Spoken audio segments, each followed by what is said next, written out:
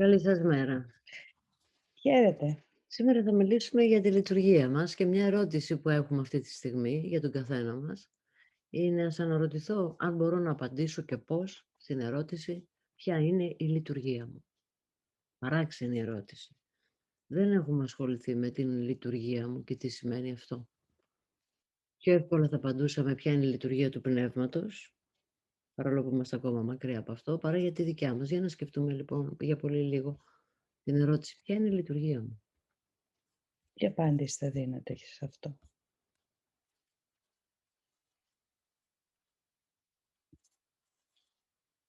Ωραία. Ίσως σκεφτήκατε, ίσως είδατε ότι δεν είναι πολύ εύκολο να απαντηθεί. Η λειτουργία μου λοιπόν είναι το έργο ζωής μου και η αποστολή μου. Η λειτουργία μου σε αυτόν τον κόσμο είναι η συγχώρεση και τίποτα άλλο παρά μόνο αυτό. Ίσως καθώς προσπαθούσαμε να απαντήσουμε στην ερώτηση ποια είναι η λειτουργία μου, κάπως να πήγαινε ο νους μας προς το ότι η λειτουργία μου είναι η ικανοποίηση των αναγκών μου, η αρχή της ευχαρίστησης που λέει και ο Φρόιντ, να είμαι ευχαριστημένη, να είμαι ικανοποιημένη. Δηλαδή, να υπερασπιστώ τον ιδιαίτερο εαυτό που έχω και τα συμφέροντά του. Τα θαύματα όμως έχουμε μία διαφορά από αυτό. Έχουμε μία απόσταση ψυχική από αυτό. Γιατί η λειτουργία έτσι όπως την έχουμε με το εγώ, δηλαδή την προάσπιση του ιδιαίτερου εαυτού, είναι ένας αγώνας επιβίωσης καθημερινός. Έχει μέσα επιθετικότητα, έχει πολύ κόβο. Ενώ η άλλη λειτουργία που μας μιλούν τα θαύματα, που είναι και η αποστολή μου, που είναι η συγχώρεση, έχει δύναμη μέσα, έχει αγάπη Να, και το οδηγεί στην γράφει ήδη. αλήθεια. Ο Αριστίδης. Ωραία. Σε αυτόν τον κόσμο δεν μας λέει ότι η λειτουργία μας είναι η αγάπη, είμαστε η αγάπη και δεν αναζητούν τα θαύματα να φτάσουμε στην αγάπη, ακριβώς, ενώ είμαστε η αγάπη. Αυτό το οποίο προσπαθούν και ο σκοπός τους είναι να άρθει η επιθετικότητα από τις σχέσεις μας. Δηλαδή να βγουν τα εμπόδια προς την αγάπη που έχουμε εμείς βάλει. Όταν αυτά θα βγουν, η αγάπη απλά θα εμφανιστεί. Για να αρθούν αυτά τα εμπόδια, λοιπόν, η λειτουργία μας, που είναι και η αποστολή μας, και ισούται και με τη σωτηρία του κόσμου, είναι η συγχώρεση. Πάμε λοιπόν στο μάθημα το σημερινό, Καλώς ορίσατε στο μάθημα 65. το οποίο μας λέει Η μόνη μου λειτουργία είναι αυτή που ο Θεός μου έδωσε. Η σημερινή ιδέα βεβαιώνει τη θέση που έχεις αναλάβει στη σωτηρία. Σου υπενθυμίζει επίσης ότι δεν έχεις άλλη λειτουργία εκτός από αυτήν. Είναι φανερό ότι και οι δύο σκέψεις είναι αναγκαίες για μια ολοκληρωτική αφιέρωση. Η σωτηρία δεν μπορεί να είναι ο μόνος σκοπός που έχεις, ενώ ακόμα αγαπάς άλλους σκοπούς. Η ολοκληρωτική αποδοχή της σωτηρίας ως η μόνη σου λειτουργία αναγκαστικά περιλαμβάνει δύο φάσεις. Την αναγνώριση ότι η σωτηρία είναι η λειτουργία σου και την παραίτησή σου από όλους τους άλλους στόχους που έχεις επινοήσει για τον εαυτό σου. και αυτός είναι ο μόνος τρόπος με τον οποίο μπορείς να πάρεις τη θέση που δικαιωματικά σου ανήκει μεταξύ των σωτήρων του κόσμου. Αυτός είναι ο μόνος τρόπος με τον οποίο μπορείς να πεις και να το εννοείς «Η μόνη μου λειτουργία είναι αυτή που ο Θεός μου έδωσε». Αυτός είναι ο μόνος τρόπος με τον οποίο μπορείς να βρεις ψυχική ειρήνη. Αυτή είναι η λειτουργία λοιπόν που ο Θεός, η μόνη μου λειτουργία που ο Θεός μου έδωσε. Αν θέλαμε να κάνουμε μία κάπως αναλογία ή μετάφραση, θα λέγαμε ότι αυτή είναι η μόνη λειτουργία που η αγάπη μου έδωσε. Και εδώ το προσδιορίζει ως σωτηρία, αλλά το ερώτημα είναι σωτηρία από τι? Από τον πόνο και τη μοναξιά και από την ενοχή και το φόβο που προκαλούνται από την ψευδαίσθηση του διαχωρισμού από το Θεό και την αγάπη.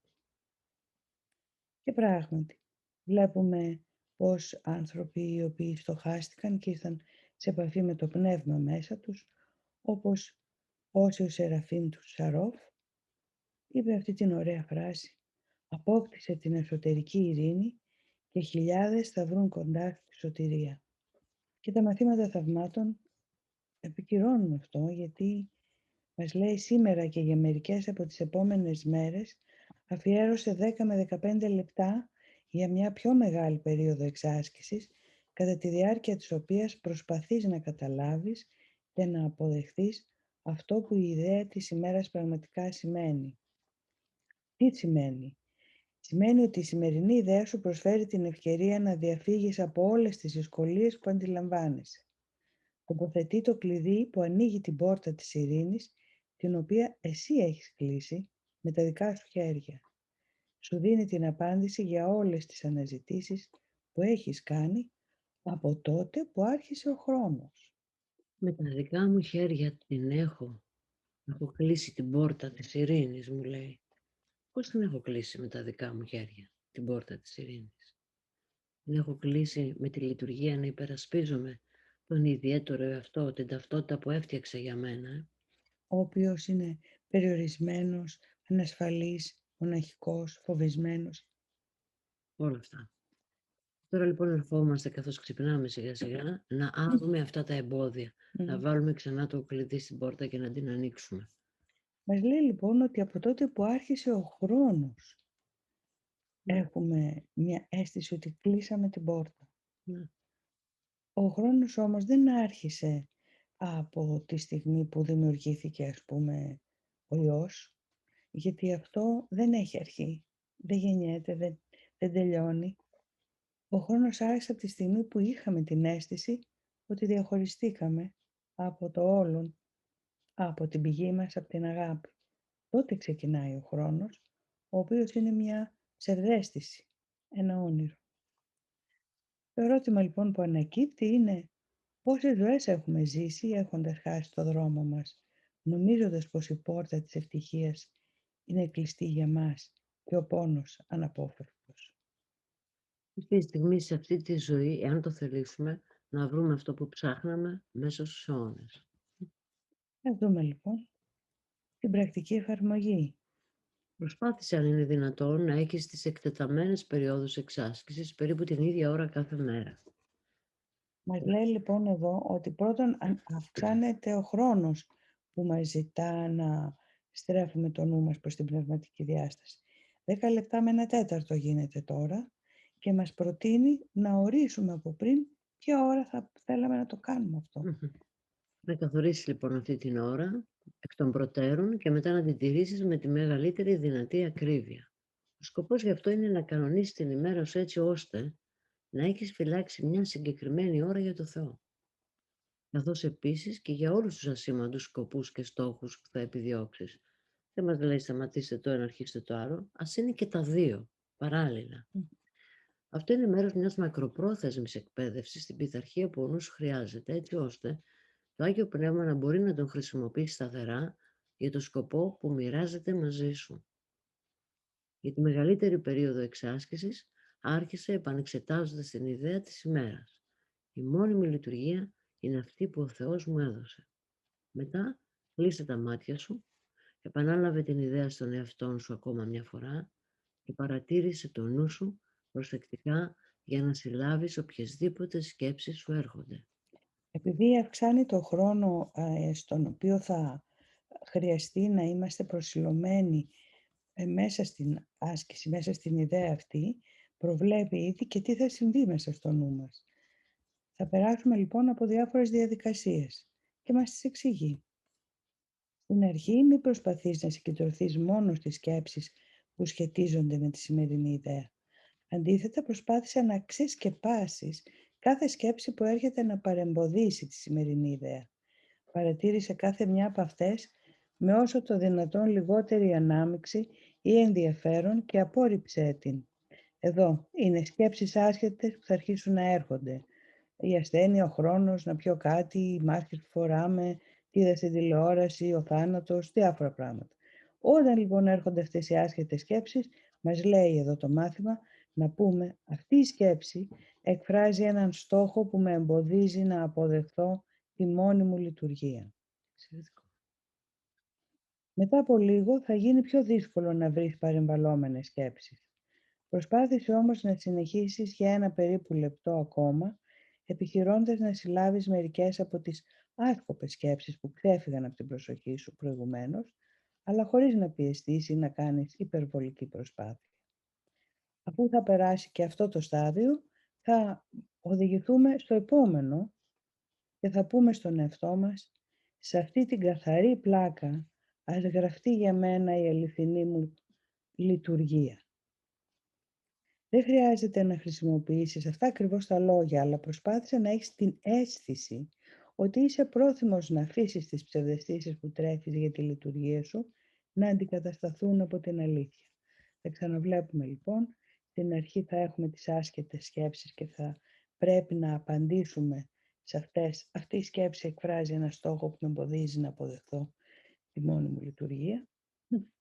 Και όταν θα γίνει μια παύση στο νου μας, τότε θα πούμε σε αυτή την καθαρή πλάκα ή σε αυτόν τον χώρο που τον άδειο τώρα, ας γραφτεί για μένα η αληθινή μου λειτουργία.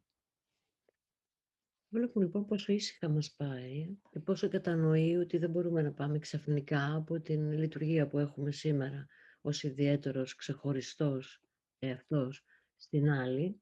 Μας λέει όμως ότι καθώς κάνει στην άλλη, κάνει και τούτη. Κράτα και τα δύο για λίγο. Βάλε ένα πρόγραμμα στο οποίο όπως κάνεις αυτό που έκανες μέχρι σήμερα, βάλε και το άλλο. Αφιέρωσε λίγο χρόνο με το Θεό, με το Δημιούργο. Τελικά επανάλαβε τη σημερινή ιδέα ακόμα μια φορά και αφιέρωσε το υπόλοιπο της περίοδου εξάσκησης στην προσπάθεια να εστιάσει το νου σου στη σημασία της για σένα, στην ανακούφιση που η αποδοχή της θα σου φέρει, καθώς επιλύει τα προβλήματά σου μια για πάντα, στο βαθμό βέβαια που πραγματικά θέλεις τη σωτηρία, παρά τις δικές σου ανόητες ιδέες για το αντίθετο. Στις πιο μικρές περιόδους εξάσκησης, οι οποίες πρέπει να γίνονται τουλάχιστον μια φορά την ώρα, χρησιμοποιήστε την εξής μορφή καθώς εφαρμόζετε τη σημερινή ιδέα. Η μόνη μου λειτουργία είναι αυτή που ο Θεός μου έδωσε. Δεν θέλω άλλη και δεν έχω άλλη. Μερικές φορές κλείστε τα μάτια σου καθώς εξασκείσαι αυτό και μερικές φορές κράτα τα ανοιχτά και κοίταζε γύρω σου. Είναι ό,τι βλέπεις τώρα που θα αλλάχτεί ολοκληρωτικά όταν αποδεχτείς πλήρως τη σημερινή ιδέα. Δεν εννοεί ότι θα αλλάξουν τα αντικείμενα εκεί γύρω και θα γίνουν κάτι άλλο, αλλά ο τρόπος που τα βλέπουμε. Αν κοιτάξετε τη δήλωση, δεν θέλω καμιά άλλη λειτουργία και δεν έχω καμιά άλλη λειτουργία. Βεβαίως μπορεί να μην είμαστε ακόμα σε θέση να το πιστέψουμε πλήρως ή να το εμπιστευτούμε πλήρως αυτό, οπότε είναι μέρος της εξάσκησης που από την αρχή στις οδηγίες, στα μαθήματα μας έχουν ζητήσει να δοκιμάσουμε και να πειραματιστούμε με αυτές τις έννοιες. Εξάλλου είναι έννοιες που δεν μας κάνουν κακό, δεν μας επιτίθενται και κάτι άλλο που υπογραμμίζουν είναι εάν θέλω τη σωτηρία μου. Μπορεί να μην τη θέλω ολοκληρωτικά, μπορεί να μην τη θέλω όλες τις στιγμές της ημέρας ή μπορεί να τη θέλω με τον δικό μου γνωστό τρόπο, ο οποίος μέχρι σήμερα δεν με έχει σώσει όμως. Δηλαδή να σημειώνω στο νου μου ότι ο τρόπος που μέχρι σήμερα λειτουργώ δεν μου έχει δώσει αυτό το οποίο ζήτησα. Και αφού δεν μου το έδωσε, θα πρέπει να ψάξω για έναν καλύτερο τρόπο. Γιατί αφού υπάρχει ο ένας, θα υπάρχει και ο καλύτερος τρόπος. Ερώτηση. Αυτές τις μέρες, όπως το επεξεργάζομαι, όλο και περισσότερο καταλήγω πως συγχώρεση ίσον ταύτιση με το μεγάλο σχέδιο του Θεού ή για εμάς τους Ζεν βουδιστές, το να αφαιθείς με εμπιστοσύνη στη ροή του Ταό. Αν η λειτουργία μου λοιπόν ταύτιση με το μεγάλο σχέδιο του Θεού μου φαίνεται το πλέον λογικό, γιατί άλλο είμαι εδώ παρά για να παίξω το ρόλο που μου αναθέτει ο Θεός στο σχέδιό του. Όποιος ταυτίζεται με το σχέδιο του Θεού μπορεί να περιμένει το συμπαντικό έλεος. Ίσον η επίγνωση ότι τα πράγματα ως έχουν, καλώς έχουν. Είναι μία προσέγγιση αυτή, η οποία έχει ένα μέρος που συναντά τα θαύματα και ένα μέρος που έχει το δικό του δρόμο και είναι βεβαίως εντάξει. Το σχέδιο του Θεού για τη σωτηρία, που υπάρχει μια άσκηση παρακάτω, θα τη συναντήσουμε, αποδέχουμε το σχέδιο του Θεού για τη σωτηρία, εξηγεί μέσα ότι υπάρχουν δύο σχέδια για τη σωτηρία. Το ένα είναι το σχέδιο του εγώ, το οποίο ο τίτλος είναι «Ψάχνε και μη βρίσκεις», δηλαδή ο τρόπος που λειτουργούμε σήμερα για να σώσουμε τον εαυτό μας, ακόμα και τον πλανήτη ή και άλλους ανθρώπους, είναι ένας τρόπος που δεν έχει αποδώσει, δεν μας έχει δώσει αυτό που θέλουμε. Δεν μας έχει δώσει ασφάλεια, δεν μας έχει δώσει ειρήνη. Και το άλλο είναι το σχέδιο του Θεού. Και το σχέδιο του Θεού έχει τη συγχώρεση μέσα. Η συγχώρεση για τα μαθήματα θαυμάτων δεν είναι ακριβώς το σχέδιο του Θεού του υψίστου, της αγάπης, γιατί η αγάπη ή ο Θεός ο Δημιουργός δεν συμμερίζεται καθόλου το όνειρο μέσα στο οποίο βρισκόμαστε. Είναι λοιπόν η σύλληψη μιας ιδέας που είναι η συγχώρεση, η οποία αντικαθιστά όλες τις άμυνες που χρησιμοποιεί το εγώ. Είναι η τελευταία άμυνα η οποία εξουδετερώνει τις άμυνες που έχει το εγώ. Έρχεται λοιπόν η συγχώρεση και λέει, θα δω ειρήνη αντί γι' αυτό, παραδείγματος χάρη. Εγώ και εσύ είμαστε ίδιοι. Δεν μπορεί να δει πλέον βλάβη, δηλαδή πάβει η ενοχή. Με τη συγχώρεση σαν μηχανισμό άμυνας λοιπόν, ο στόχος, ο σκοπός της είναι ότι εξαφανίζει, διαλύει την ενοχή που είναι η τροφή του εγώ μας. Αναζητάμε κάθε μέρα το ποιος φταίει. Είμαστε έτοιμοι να πούμε το ποιος φταίει σε οποιοδήποτε ζήτημα. Ψάχνουμε για το ποιος φταίει. Ψάχνουμε για την ενοχή. Αυτό είναι το σχέδιο του εγώ για τη σωτηρία. Δηλαδή να είναι ο άλλος ένοχος έξω. Όχι εγώ. Έρχεται η συγχώρεση λοιπόν και καθιστά και τους δύο αθώους. Και τους δύο αθώους γιατί παίζουν μέσα σε ένα όνειρο ρόλους οι οποίοι δεν έχουν κανένα αποτέλεσμα. Έτσι λοιπόν η συγχώρεση σαν μηχανισμός άμυνας καταλύει την έννοια των ενοχικών αποτελεσμάτων που συντηρεί το εγώ μας. Από αυτή την έννοια λοιπόν το σχέδιο του Θεού για τη σωτηρία δεν είναι παρά μία απάντηση του πνεύματος μέσα μας προς τον ιδιαίτερο εαυτό, ο οποίος επιτίθεται και πιστεύει ότι του επιτίθεται επειδή τον απειλούν. Θα λέγαμε με έναν άλλο τρόπο ότι η συγχώρεση είναι τελικά η γέφυρα που θα πρέπει να βαδίσουμε για να μετατοπιστούμε από την αντίληψη που έχουμε σήμερα για τον εαυτό μας, την ψευδαισθητική, στην ουράνια ουσιαστικά ταυτότητά μας. Είναι η γέφυρα που συνδέει αυτόν τον κόσμο με τον άλλον και όταν θα έχουμε αφυπνιστεί στον άλλον, η γέφυρα δεν θα χρειάζεται πια. Τι ωραία που το είπες, ακριβώς αυτό. Έτσι λοιπόν το μέτρο για να πω ότι τα πράγματα καλώς έχουν εδώ, το μέτρο μου είναι αν έχω ειρήνη, αν αισθάνομαι ασφάλεια. Αυτό είναι το μέτρο μου. Έτσι λοιπόν τα μαθήματα θαυμάτων είναι μία ψυχοθεραπεία πνευματική. Θα την ονομάζαμε Ναι, τελικά. ναι. Το ταό μπορούμε να το βρούμε στα μαθήματα θαυμάτων μετά από την άρση της επιθετικότητας στις σχέσεις μας. Συναντιόνται εκεί. Ένθερμα σας συστήνουμε να κάνετε τη σημερινή άσκηση. Ανατρέξτε στο βιβλίο ή στην ιστοσελίδα όπου είναι αναρτημένο το σημερινό μάθημα και εφαρμόστε το. Αφιερώστε αυτό το τέταρτο, ορίστε κάποιο χρόνο που θα το κάνετε καθημερινά και θυμηθείτε το ανά Δεν μπορείτε να φανταστείτε πόσο μεγάλη αλλαγή θα φέρει στα επίπεδα ειρήνης που μπορούμε να πετύχουμε. Να θυμόμαστε αυτό που υπογραμμίζει ότι στη σημερινή εξάσκηση δεν κοιτάμε μόνο τις σκέψεις που σχετίζονται με τον τίτλο του μαθήματος, ότι η μόνη μου λειτουργία είναι αυτή που ο Θεός μου έδωσε, αλλά προσέχουμε, παρατηρούμε και τις σκέψεις οι οποίες εμποδίζουν τη λειτουργία μου. Και όταν τις παρατηρούμε αυτές τις σκέψεις, όσο το δυνατόν με λιγότερη ανάμειξη ενδιαφέρον, τις απορρίπτουμε λέγοντας στον εαυτό μας αυτή η σκέψη εκφράζει έναν στόχο που με εμποδίζει να αποδεχθώ τη μόνη μου λειτουργία. Μας ζητάει λοιπόν να παρατηρήσουμε την αντίσταση, την περίφημη. Λίγο, όσο μπορούμε. Ευχόμαστε μια όμορφη μέρα να έχουμε, με εξάσκηση. Χαίρετε.